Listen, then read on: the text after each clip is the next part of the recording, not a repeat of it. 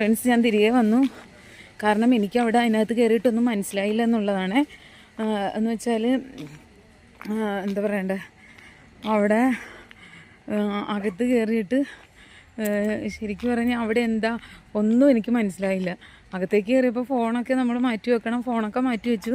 പക്ഷേ അകത്തെന്താ നടക്കുന്ന, എൻ്റെ അമ്പലം എന്താണ്, അതൊന്നും എനിക്ക് മനസ്സിലായില്ല. അപ്പം ഞാൻ കുറച്ച് നേരം അവിടെ വായി പൊളിച്ച് നിന്നിട്ട് ഞാൻ തിരിച്ചു പോന്നു. അപ്പോൾ അതുമാത്രമല്ല, ഞാൻ ശരിക്കും പറഞ്ഞാൽ കാണിക്ക ഇടാൻ വേണ്ടിയിട്ട് പോലും ഞാനൊന്നും എടുത്തില്ല എന്നുള്ളതാണ്. ബാഗെല്ലാം പിന്നെ ഒരു സ്ഥലത്ത് വെച്ചിരിക്കുകയായിരുന്നു. അപ്പോൾ എന്നിട്ടാണ് ഞാൻ ക്ഷേത്രത്തിലേക്ക് പോയത്. കയ്യിലൊരു പൈസ പോലും ഉണ്ടായിരുന്നില്ല. അപ്പോൾ അതുകൊണ്ട് എനിക്ക് അവിടെ പൈസ ഒന്നും ഇടാനും പറ്റിയില്ല.